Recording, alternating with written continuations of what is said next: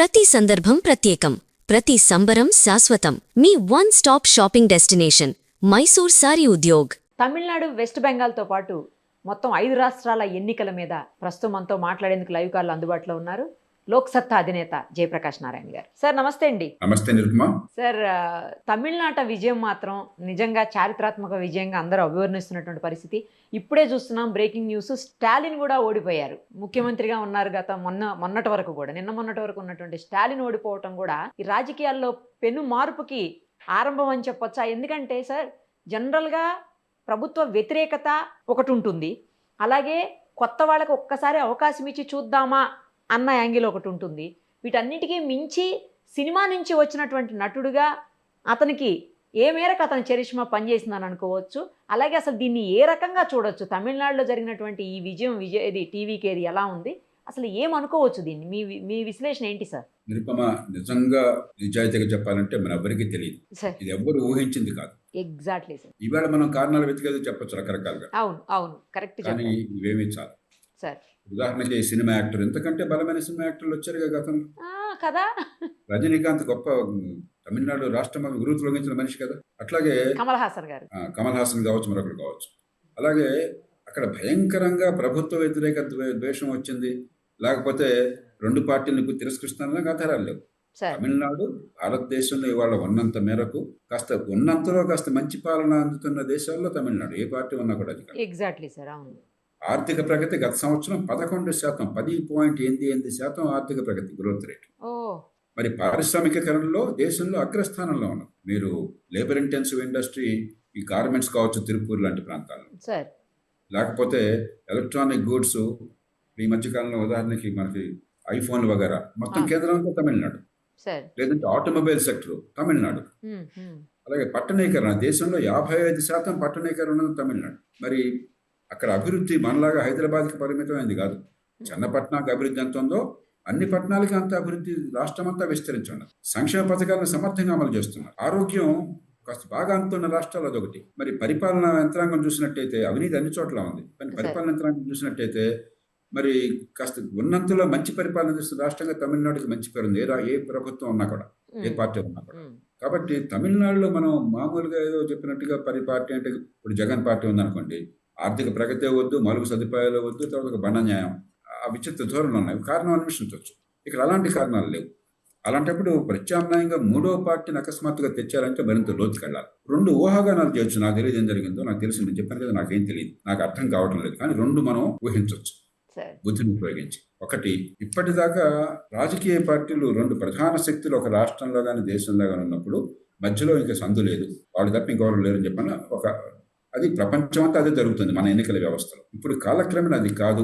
ఉన్న రాజకీయాలకి జనం విసిగిపోతున్నారు, వీరు తప్ప ఇంకెవరు లేరని, ప్రత్యామ్నాయం లేరు అనుకోబోకండి అని దానికి ఒక సంకేతం కనిపిస్తుంది. చాలా విచిత్రంగా, అనూహ్యంగా కనిపిస్తుంది. అది మంచిది. ఒక రకంగా ఏంటంటే పార్టీలు ఇప్పుడు ఓట్ల కొనుగోలుకి డబ్బులు పంపిణీ, తెలంగాణ, ఆంధ్రప్రదేశ్, కర్ణాటక, తమిళనాడు ఉన్నాయనుకోండి, ఇప్పటిదాకా రాజకీయం అదే కదా, కోట్ల రూపాయలతో ఓట్ల కొనుగోలు డబ్బులు పంపిణీ, తాత్కాలికమైన తాయిలాలు, సంక్షేమం పంపిణీ, తన హామీలు, కులాన్నో దానాన్నో బాగా చూపెట్టడం, ప్రజల ముందు పెట్టడం, కుటుంబంలో వాళ్ళని ప్రోత్సహించి వంశపరంపర రాజకీయాలు పెట్టడం, ఇది మన రాజకీయ నమూనా. ఇది తప్ప ఇంకా వేరేది ప్రస్తుతం లేదు అని చెప్పి అనుకున్న సందర్భంలో ప్రజలు దీనికి విసిగిపోయారు. రాజకీయ పార్టీలు కూర్చుని కాస్త ఆలోచించి ప్రజలకు అందుబాటులో పరిపాలన తేవటం ఎట్లాగా, అధికారాన్ని వికేంద్రీకరించడం ఎట్లాగా, ప్రజల్ని విశ్వాసంలో తీసుకోవటం ఎట్లాగా, భాగస్వామ్యాన్ని చేయటం ఎట్లాగా, అందరికి అవకాశాన్ని పెంచుతున్న విశ్వాసాన్ని కలగజేయటం ఎట్లాగా, ఆ ప్రయత్నం గట్టిగా చేయకపోతే రాజకీయ అస్థిరత ఎక్కడైనా ఉండొచ్చు. ఉన్న పార్టీల మధ్య పోరాటం అనుకోవద్దు, అనూహ్యంగా కొత్త శక్తులు వచ్చి ఏదైనా జరిగే అవకాశం ఉన్నది అని రాజకీయ పార్టీలు కాస్త సంయమనంతో కళ్ళు తెరిచి వినమ్రంగా ప్రవర్తించాలి. అది ఒక మార్గం. రెండోది, ప్రమాద గంటికి కూడా ఉన్నది. ప్రజలు ముఖ్యంగా జెన్జీ అంటాం, జెన్జీ కానీ మరియు కొందరు కానీ అద్భుతాలు ఆశిస్తున్నారు అనుకోండి. మీకు గుర్తుందా, ఒక తెలుగు సినిమా వచ్చింది ఒకే ఒక్కడు అని చెప్పాను. ఒక కుర్రాడు అకస్మాత్తుగా ముఖ్యమంత్రి 24 గంటల్లో దేశం మొత్తాన్ని మార్చేస్తాడు. ఇది ఒక అద్భుత కల్పన. ఇది కేవలం కాల్పనిక సాహిత్యంలో సినిమాలు చూపెట్టారు, అది మూర్ఖత్వం, అలా ఎప్పుడు జరగదు, సాధ్యం కాదు. ఇప్పుడు ఈ జెన్జీ సోషల్ మీడియా యుగంలో క్షణాల్లో నా జీవితం మారిపోవాలి, అద్భుతమైన జీవితం నాకు రావాలా అని చెప్పిన భావంతో, ఊహాగానాలతో రాజకీయంగా స్పందిస్తున్నారు అనుకోండి, ఆ దేశానికి చాలా అస్థిరత్వానికి చిహ్నం, ప్రమాదానికి చిహ్నం. ఒకవేళ అది కనుక దీనిలో కొంత వాస్తవమైనట్టయితే రాజకీయ పార్టీలు ప్రజలకు చేరువుగా అధికారాన్ని తీసుకొచ్చి ప్రజలకు విశ్వాసాన్ని కలగజేసి మంచి విద్యని, ఆరోగ్యం, మంచి విద్యని, నైపుణ్యాన్ని అందించి, అదే పెరుగుతున్న ఆర్థిక వ్యవస్థలో నీకు కూడా అవకాశం ఉంటుంది, కష్టపడాలి, వెంటనే జరగదు, కొంతకాలం పడుతుంది, కుటుంబం కానీ దేశం కానీ జీవన ప్రణాళిక ప్రకారం చెప్పంటే, కానీ గ్యారంటీగా నీకు వస్తే నీకు భాగస్వామ్యం ఉంటుంది, నువ్వు ప్రయత్నం కావాలి అని చెప్పని కొంచెం దీర్ఘకాలంగా ప్రయత్నానికి సిద్ధం చేయాలి. అధికారాన్ని జనం చేతికి తీసుకొచ్చి ఇది మా చుట్టూ తిరిగేది, మీ చుట్టూ తిరిగేది మీ చేతుల్లో ఉంది, అధికార వికేంద్రీకరణ చేయాలి. ఆ ప్రయత్నం చేయకపోతే మనం చాలా అల్లకల్లోనే గురయ్యే ప్రమాదం. ఈ మధ్యకాలంలో మనం చూసాం, మన చుట్టుపక్కల 2 దేశాల్లో చూసాం. మనం శ్రీలంకలో ఏమైంది, అనురాగ్ నాయక ఒక చిన్న పార్టీ జనతా విముక్తి పరిమాణ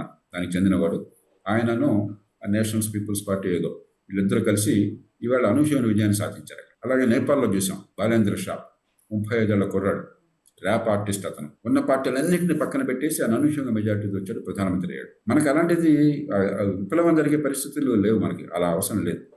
అయినా కూడా అలాంటి ఫలితాన్ని తమిళనాడు తీసుకొచ్చారు. కాబట్టి ఖచ్చితంగా సోషల్ మీడియా యుగంలో మరింత వేగరమైన మార్పులు కావాలని ప్రజలు కోరుకుంటున్నారు. అసంతృప్తి పెరుగుతున్నది, క్షణక్షణాల మార్పులు కావాలని కోరుకుంటున్నారు. ఆ క్షణాల్లో రావాలన్నది ప్రమాదకరం, మార్పు కావాలన్నది ఆరోగ్యకరం. 2 మేళవించిన తీర్పు ఇది. కాబట్టి ప్రధాన రాజకీయ పార్టీలు చాలా వినమ్రంగా స్పందించాలి, బుద్ధి కుశలతో స్పందించాలి, దీర్ఘకాలికంగా ఆలోచించి స్పందించాలి. లేకపోయినట్టయితే ఇంత గొప్ప ప్రజాస్వామ్యం, ఎన్ని కులాలు, మతాలు, భాషలు, ప్రాంతాలు ఉన్న దేశం, ఎంత ఉన్నా కూడా శాంతియుతంగా అద్భుతమైన మార్పులు తెస్తున్న దేశం ప్రమాదంలో పడుతుంది.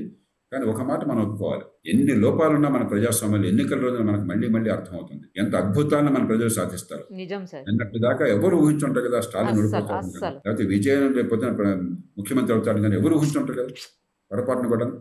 అంటే శాంతియుతంగా, నిశ్శబ్దంగా, రెండో కంటికి తెలియకుండా మన ప్రజలు ఎంత మార్పుని సాధించగలరో ప్రజాస్వామ్యంలో ఓటును ఉపయోగించడం అర్థమవుతుంది. దాన్ని మంచి మార్పు తీసుకొచ్చే ప్రయత్నాన్ని పార్టీలు చేస్తే సంతోషం. సరే, మరోవైపు ఒక్కసారి అక్కడ పశ్చిమ బెంగాల్ విషయానికి వెళ్తే అక్కడ కూడా మోదీ గారు, షా గారు ఇద్దరు కలిసి వ్యూహాత్మకంగా వ్యవహరించడం వల్ల ఇవాళ మమతా బెనర్జీ పార్టీ మొత్తం ఓడిపోయేటువంటి పరిస్థితి. ఎందుకంటే 3 టర్మ్స్ 15 ఏళ్ల పాటు ఏకఛత్రాధిపత్యంగా పాలించినటువంటి అక్కడ ఏ ఫ్యాక్టర్స్ ఈరోజు బీజేపీ రావడానికి కారణమై ఉంటాయి సార్? మన దేశంలో మనకి నిరుపమ ప్రధానికి ఒక నాయకుల చాతుర్యము, గొప్ప వ్యూహాలు, కుట్రలు, కుతంత్రాలు ఇవన్నీ ఊహిస్తున్నాం. తమిళనాడు ఇవన్నీ తెలియకనే స్టాలిన్ ఓడిపోయినాడు సొంత సీట్లో కూడా.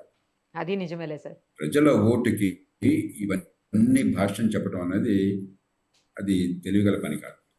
చాలా స్పష్టంగా మనకు అర్థమవుతుంది. ఒక 30 ఏళ్ల పాటు మార్క్సిస్ట్ పార్టీ పిడివాదాన్ని పట్టుకుని, ఆనాటి లైసెన్స్ పర్మిట్ రాజ్యంలో అధికారంలోకి వచ్చిన పార్టీ కాబట్టి ఆ పిడివాదాన్ని దేశంలో పరిస్థితులు మారుతున్నా కూడా, కమ్యూనిస్ట్ దేశాల్లో పరిస్థితులు మారుతున్నా కూడా దాన్ని గమనించకుండా యథాస్థితి కొనసాగించింది.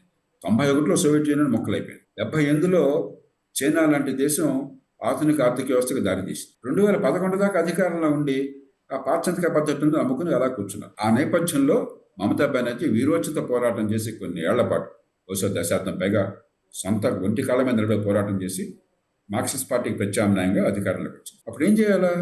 ప్రత్యామ్నాయ ఆర్థిక విధానాలను తీసుకొచ్చి వాళ్ళు ఏ తప్పులు చేశారో వాటిని సవరించి ఆర్థిక ప్రగతికి బాటలు వేయాలి. స్వతంత్రం వచ్చిన తొలినాడు పశ్చిమ బెంగాల్ దేశ ఆర్థిక వ్యవస్థలో 11% వాటాను పొందింది. మొత్తం దేశ జీడీపీలో 11%.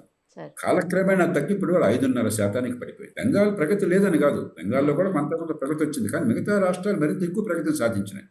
బెంగాల్ వాటా తగ్గిపోయింది. మరి మమతా బెనర్జీ పేరుకి అధికారం మారినా కూడా అదే పద్ధతులు అనుసరించింది. అదే పద్ధతులు. పరిశ్రమ వస్తే వాడు పాపంగా భావించారు. కొన్ని వందల కంపెనీలు, కొంతమంది చెప్తున్నారు 1000 కంపెనీలు ఆ దేశాన్ని బెంగాల్ నుంచి పారిపోయినాయి ఈవిడ వచ్చిన తర్వాత కూడా. దేశం అంతా కూడా ఇప్పుడు ఎన్ని తప్పులున్నా కూడా ఆంధ్రప్రదేశ్ కావచ్చు, తెలంగాణ కావచ్చు, కర్ణాటక కావచ్చు, తమిళనాడు కావచ్చు, మహారాష్ట్ర కావచ్చు, గుజరాత్ కావచ్చు, ఇటుకరాన యూపీ కావచ్చు, ఒరిస్సా కావచ్చు, మధ్యప్రదేశ్ కావచ్చు, ఛత్తీస్గఢ్ కావచ్చు, ఏం చేస్తున్నాయి? మౌలిక సదుపాయాలు, పెట్టుబడులు, ఆర్థిక ప్రగతి, ఉపాధి కల్పన, ఇది కదా జరుగుతుంది.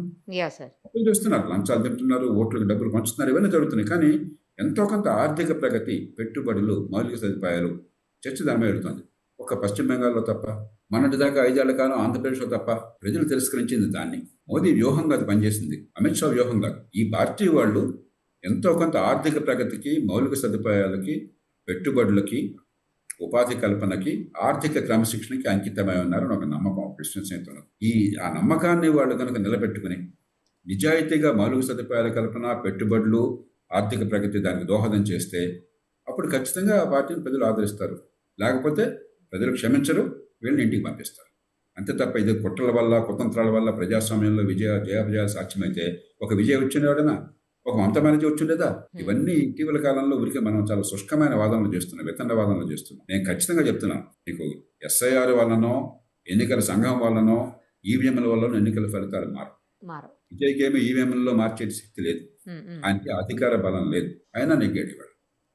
కాబట్టి కొంచెం దొంగ మార్గుల వాళ్ళు వెతకకుండా, ఈ తప్పుడు వివరణలు ఇవ్వకుండా నిజాయితీగా ప్రజల మద్దతుని సేకరించాలి, ప్రజల భావాన్ని గమనించాలి, ప్రజల తీర్పుని వినమ్రంగా స్వీకరించాలి. ఆ వినమ్రత లేకపోతే, సరిదిద్దుకునే తత్వం లేకపోతే, అవును ఈ పొరపాట్లు జరిగినాయి, ప్రజల ఆకాంక్షలకు అనుగుణంగా స్పందించలేకపోతున్నాం, ఎక్కడ సందర్భం అర్థం చేసుకుందాం, సవరిద్దాం అనుకోకపోతే, అయితే ప్రజలు తప్పు, వాళ్ళు తప్పేశారు, మా కోర్టు సరిగ్గా ఇవ్వడం వాళ్ళ తప్పు, లేకపోతే ఎన్నికల సంఘం తప్పు. ఇది ఈ మధ్యకాలంలో జరుగుతున్న చర్చ. ఇది ప్రజాస్వామ్యంలో అనారోగ్యకరమైన చర్చ. ఇక కేరళంలో యూడిఎఫ్ విజయం మీద మీ స్పందన సార్? ఏమీ ఆశ్చర్యం లేదు. కేరళలో గత 60 ఏళ్లుగా టంచనగా ఉన్న పార్టీని దింపేస్తున్నారు. నిజానికి 10 ఏళ్ల పాటు మార్క్సిస్ట్ పార్టీని కొనసాగించడమే పినరయి విజయన్ నాయకత్వం పట్ల ఉన్న నమ్మకం. కాబట్టి ఇది ఏమాత్రం ఆశ్చర్యం లేదు. ఇంకోసారి కూడా మార్క్స్ వస్తే ఆశ్చర్యపోయి ఉండేవాళ్ళు. వాళ్ళేం తప్పు పరిపాలన లేదు, మంచి పరిపాలన ఇచ్చారు, ఉన్నంతలో బాగానే ఇచ్చారు. ఇప్పుడు యూడిఎఫ్ కూడా కేరళలో మంచి పరిపాలన ఇస్తుంది. పెద్దగా అక్కడ ఏ పార్టీ వచ్చినా కూడా మౌలికమైన తేడా ఉండదు. ఆ మొఖాలు మారుతాయి కానీ పరిపాలనలో పెద్ద మార్పు ఉండదు. అధికార వికేంద్రం కొనసాగుతుంది, ఉన్నంతలో కొన్ని మంచి ఫలితాలు తెస్తున్నారు. కాబట్టి కేరళలో ఏ రకంగానూ ఆశ్చర్యకరమైన ఫలితం కాదు. దానికి ఏమన్నా అంటే ఇక్కడ కాంగ్రెస్ పార్టీ ముఖ్యంగా రేవంత్ రెడ్డి గారి ఇంపాక్ట్ కూడా అక్కడ చాలా ఉందని చెప్పేసి ఈరోజు ఇక్కడ సంబరాలు చేసుకుంటున్నటువంటి పరిస్థితి ఉంది. విజయానికి అందరూ తండ్రులే, అపజయం అనాథ. ఓడిపోతే మాకేం ప్రేమే లేదని చెప్తాం, గెలిస్తే అంత నాథ అని చెప్పుకుంటాం. మరి అక్కడ వాళ్ళ కూటమి ఓడిపోయింది కదా తమిళనాడులో, దానికి భారం ఎవరు వహిస్తారు? ఓడిపోతే రాహుల్ గాంధీ భారం అక్కడ. కాబట్టి ఇవన్నీ ఊరికి మనం అనుకోవటం అంతే. ఖచ్చితంగా ఒక ప్రచారానికి పనికొస్తాయి వీళ్ళంతా కొంత, కానీ ప్రచారం వల్ల ఓట్లు పడతాయి అనుకున్నట్టయితే తమిళనాడులో అతి తక్కువ ప్రచారం జరిగింది నాకు అర్థమైనంత వరకు విజయ పార్టీకి. మరి ఎట్లా గెలిచారు? ఇవన్నీ ఊరికి మనం అనుకోవటం అంతే. పుదుచ్చేరి మళ్ళీ సేమ్ పార్టీస్ రావడం అంటే అక్కడ ఏమాత్రం ప్రభుత్వ వ్యతిరేకత లేదనుకోవాలా, లేకపోతే వీళ్ళు సుపరిపాలన అందించారనుకోవాలా? గతంలో మీకు గుర్తుందో ఒక 30 ఏళ్ల పాటు 1980ల దశకం నుంచి 89 నుంచి ఒక 25 ఏళ్ల పాటు అధికారంలో పార్టీ ఉంటే ఓడిపోవటం ఖాయం అనేది ఒక నానుడిగా ఉండేది. ఒకే ఒక్క మినహాయింపు పశ్చిమ బెంగాల్ ఆనాడు 2011 దాకా. లేకపోతే భారతదేశంలో భారతీయ అధికారంలో ఉంటే ఎన్నికలు వచ్చేందుకు ఓడిపోవటం ఖాయము. అది ఒక సంప్రదాయం.